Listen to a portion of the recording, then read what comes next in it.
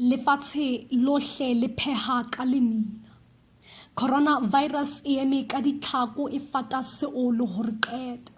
Re lokela ho bontsha lerato le leng hape jwang ha o hakana le ho tshwarana ka matsoho ho kgutsitsitswe.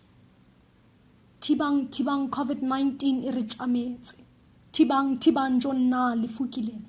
Lefatshe le a puruma le a korotla thusangwe. Ditsebi di re tshaba moruo o senang kwempa boya batho ruri ho ya batho. Ho thwe ho hloka tsebo ho monate. Empa ntlheng ena tsebo ke matla. Mamela mohlanka moreneng morena. O seke wa fellwa ke tshepo wa nyahama. Inkele malebela ho pholoha. Etsa sesepa motswalle hle phaphama.